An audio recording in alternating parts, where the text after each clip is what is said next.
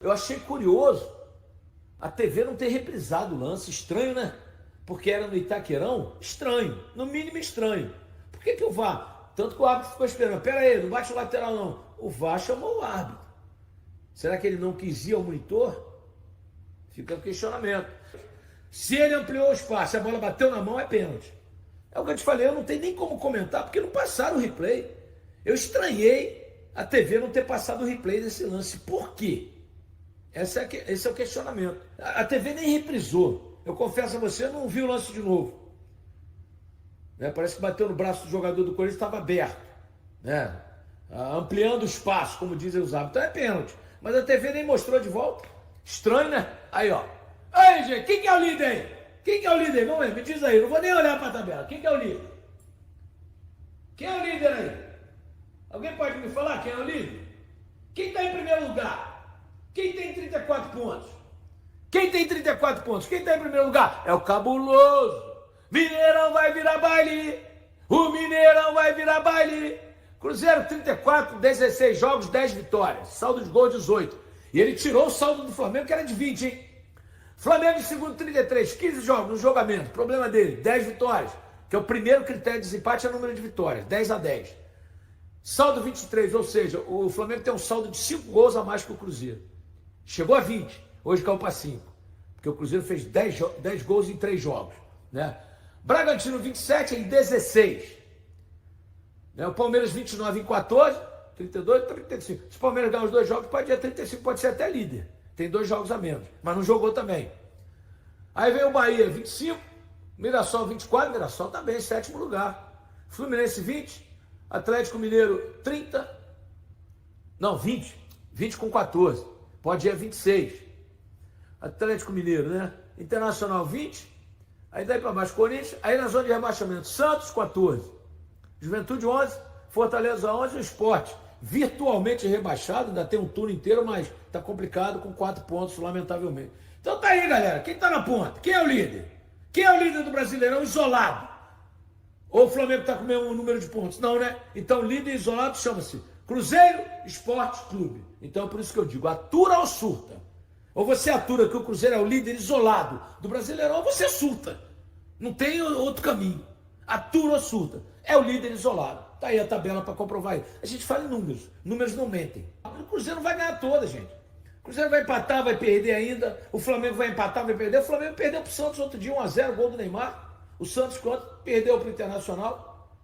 É um perde-ganha, meu amigo. É campeonato brasileiro. Tem gente que acha que o Cruzeiro é imbatível, que vai ganhar todas. Não vai. Palmeiras não vai ganhar todas, o Flamengo não vai, o Cruzeiro não vai, o Botafogo. Ninguém vai ganhar todas.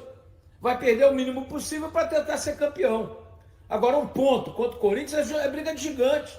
O Cruzeiro pode estar mal. Ele vai encarar o Corinthians, ele pode ganhar. O Corinthians estava mal, o Cruzeiro muito bem. O Corinthians poderia ter ganho. E para mim o Cruzeiro fez o primeiro tempo muito bom. Faltou o último toque. Faltou a finalização melhor de fora da área. No mais, o Cruzeiro jogou bem. Agora, contra o Ceará domingo é outra história. Não pode perder ponto. Nenhum.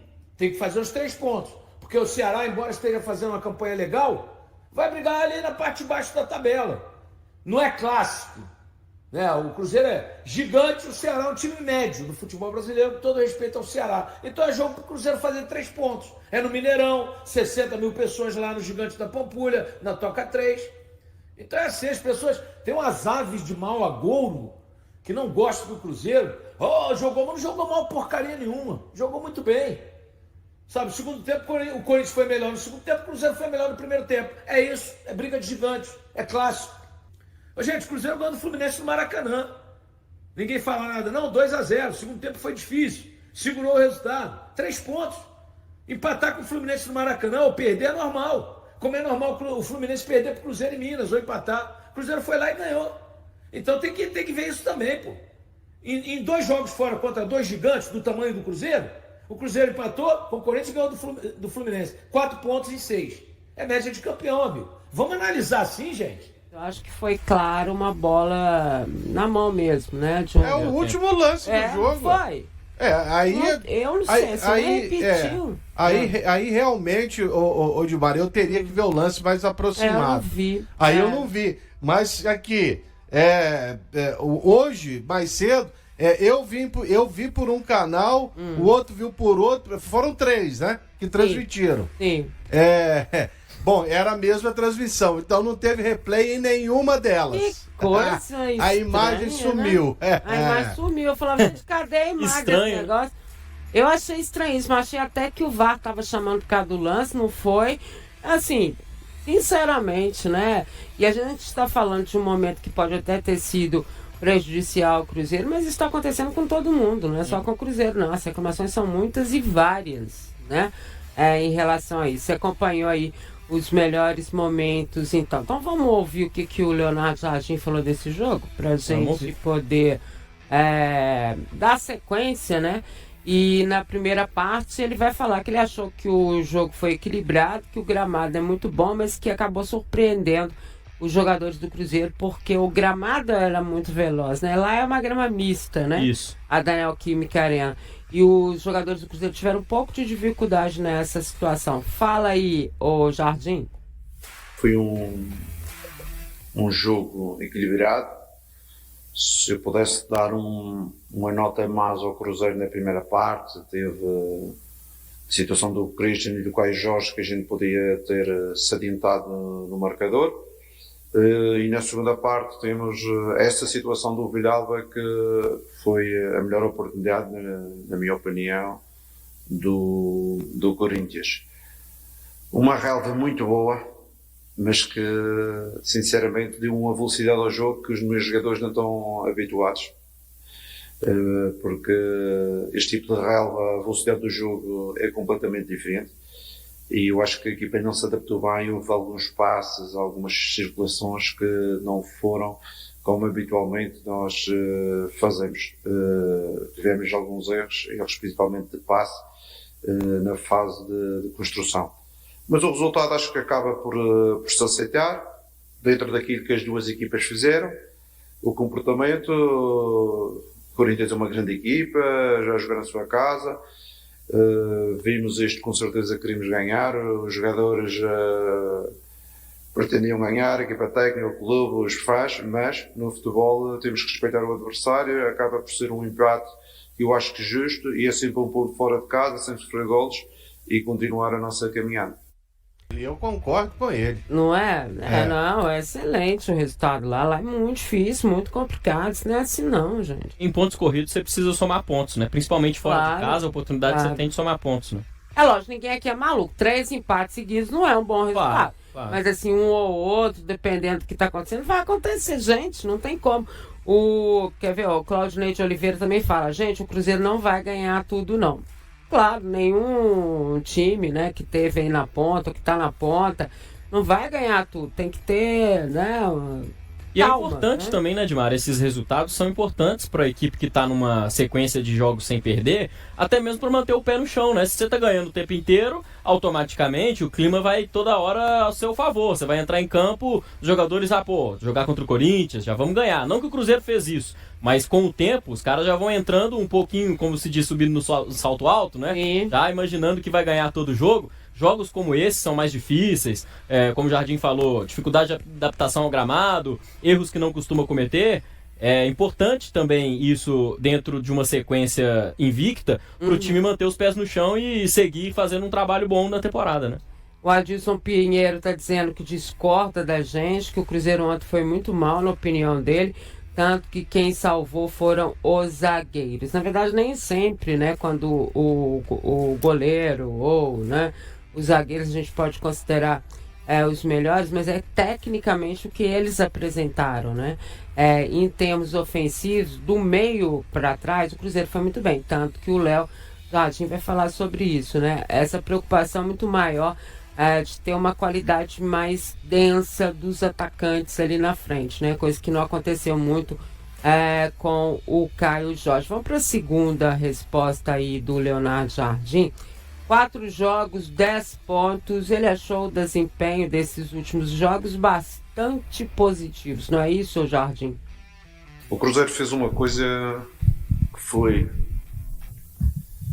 em 10 dias, do dia 3 ao dia 23, fizemos 4 jogos.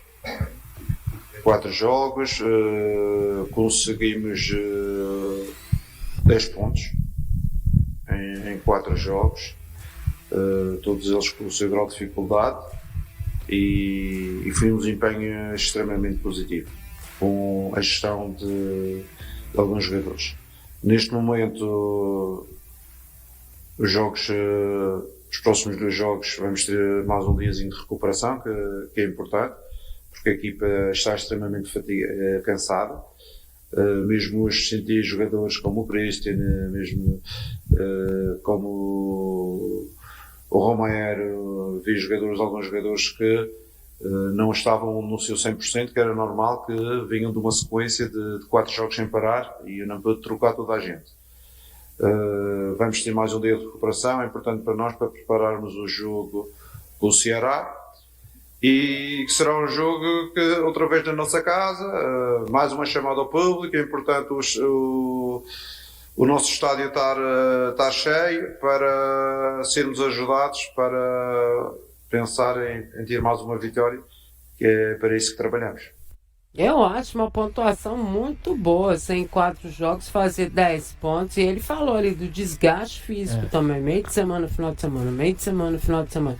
É muita coisa, né? E 10 pontos em 12 possíveis é uma boa pontuação, sem dúvida nenhuma, né? Sim, ainda mais para quem quer garantir Libertadores, Claro, né? claro, Ótima pontuação. claro. Me chamou muita atenção também essa questão que ele fala da parte física dos jogadores. A gente comentava até, né, Lélio, nos últimos programas, da sequência do Cruzeiro e um time com muita intensidade que ia precisar fazer um rodízio, né? Eu até fico na dúvida, Lélio. Será que ele vai priorizar o Brasileiro, Copa do Brasil?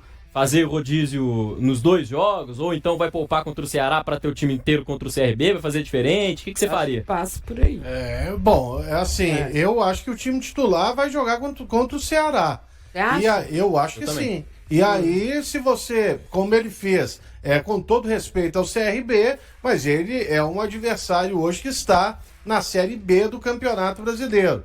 Mesmo tendo eliminado o Santos na fase anterior, é um time que dá para você rodar um pouco mais. De qual maneira? Você entrar ali com 5 jogadores diferentes, mas com os titulares ali, pelo menos aptos a jogarem 20, 30 minutos na etapa complementar. Aí você pode fazer dessa maneira. Mas é uma preocupação realmente, porque o jeito de jogar do Cruzeiro, ele exige um preparo físico assim, 100%, você está sempre no limite. Sempre no limite. Então, é uma preocupação que o torcedor pode ter até, inclusive, para o segundo turno, viu, Dimara? Porque você sabe como é que funciona, né? Sim. Você pode atingir o ápice antes do momento final. E aí o time chega capengando. Agora, assim, eu até comentava, até impressionante a condição física do Cruzeiro. Eu acho que, assim, eu não vi nesse campeonato um time com tanta condição física. Ele tem muita condição física, né? E isso faz toda a diferença. Você vê que, óbvio, gente, ontem você tinha um treinador extremamente tático, um time que estava pressionado, um time que, né, o principal jogador não conversa com o treinador, um rolo do caramba. E assim, a marcação do Corinthians, infelizmente o Cruzeiro deixou que essa marcação chegasse de forma muito rápida, né? Por isso que eu acho que ele demorou para substituir, sabe, Lélio? Ele tinha que criar um fato novo para dispersar essa marcação, para que ele tivesse pelo menos 2 preocupações ali. Por exemplo, se ele entrasse com o Gabigol, na verdade não foi o que ele fez, né? Ele entrou com o Eduardo e depois Marquinhos que entrou muito mal, na partida. E assim, eu esperava mais o Gabigol mesmo, porque o Gabigol, querendo ou não, aqui na China, não sei na onde, ele é um cara que puxa essa marcação. E estava muito, muito em cima do Caio Jorge, que praticamente não conseguia jogar. E essa marcação vai chegar para o Caio Jorge sempre agora, não adianta. O jogador é artilheiro do Brasileiro. O jogador tá fazendo gol pra caramba, todo mundo pedindo ele na seleção brasileira. Essa marcação vai chegar nele. E talvez tenha que se entender com ele ali, em muita conversa, em muita posicionamento tático, para que ele tenha mais facilidade de sair dessa marcação, né? Você começa a se destacar naturalmente, você vai ser mais vigiado. E aí entra a inteligência para jogar. Agora, você está falando do Gabriel Barbosa. Ontem também ele não entrou bem, não, né, Dilma? Não entrou, a marcação chegou muito nele. Muito, e entrou até numa rotação diferente.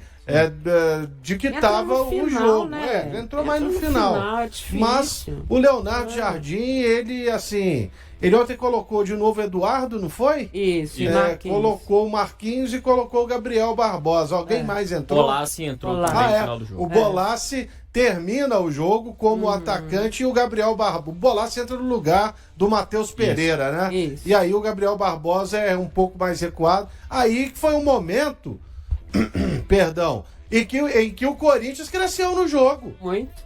Né? Ontem, curiosamente, a gente falava sobre esse lance do elenco, né?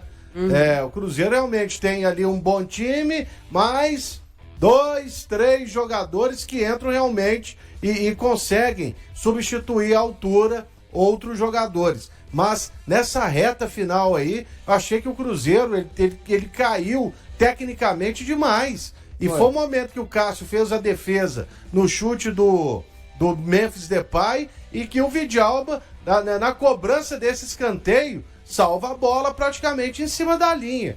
Que a bola já tinha passado pelo Cássio. Né? Então, isso tudo a gente tem que observar daqui pra frente, mas eu continuo com a minha opinião. O resultado lá não foi ruim. E lembrando que o Corinthians, ele só perdeu um jogo em casa. E que foi pro Bragantino. Sim, não foi claro, isso? Claro, Isso.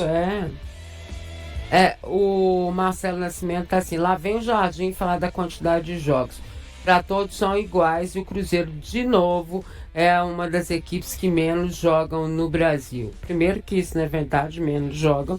Segundo que a questão de falar, né, de que são muitos jogos, ele não está reclamando, ele está dizendo, fizemos tantos jogos em tanto tempo e dos 10 jogos, fizemos 10 pontos em 4 jogos. De 12 possíveis, fizemos 10 pontos. Ele não reclamou da quantidade, ele falou que, óbvio que existe um cansaço, talvez por isso, né, que tenha voltado à tona a questão das contratações do Cruzeiro, né, 2 atacantes, um zagueiro, agora talvez um atacante não tão pelo lado de campo, um mais pelo centro. Na verdade, o Cruzeiro tomou agora com esse empate lá com o Corinthians, são 16 jogos de invencibilidade em partidas oficiais, aí contando todos os campeonatos. Dimara. Oi. Aliás, 10 dias, daqui umas 2 semanas, viu? Por aí. 2 semanas,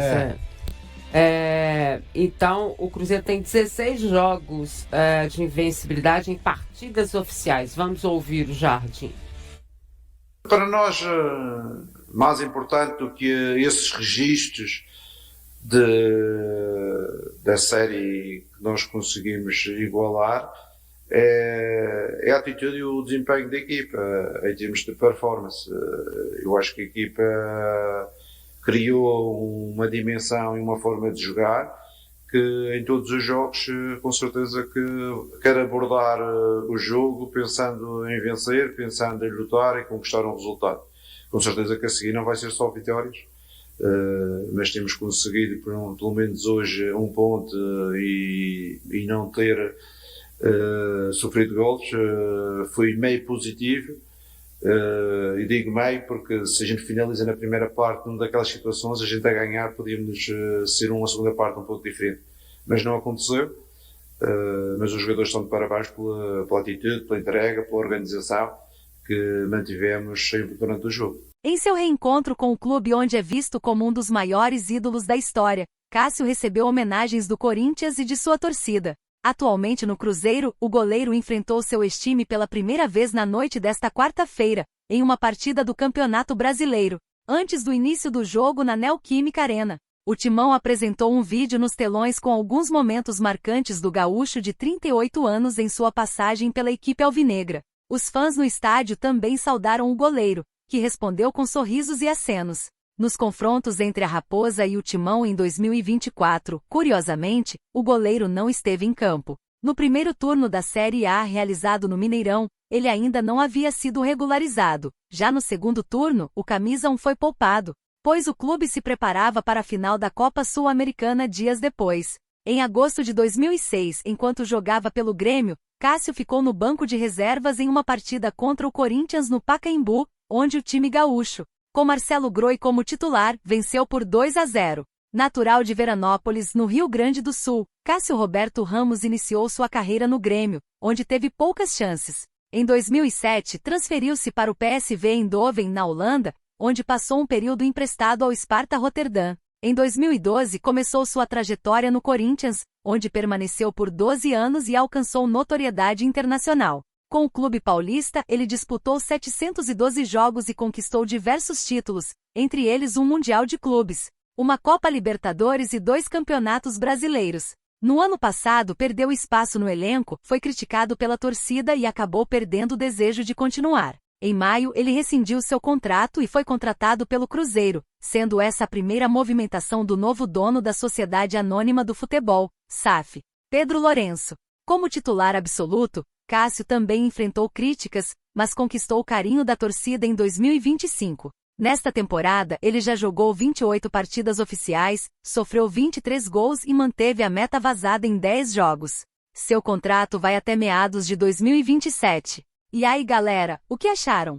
Deixem suas opiniões nos comentários. Não se esqueçam de deixar o like, se inscrever no canal e ativar o sininho para receber as notificações. Até mais, Nação Celeste! Vamos pra frente!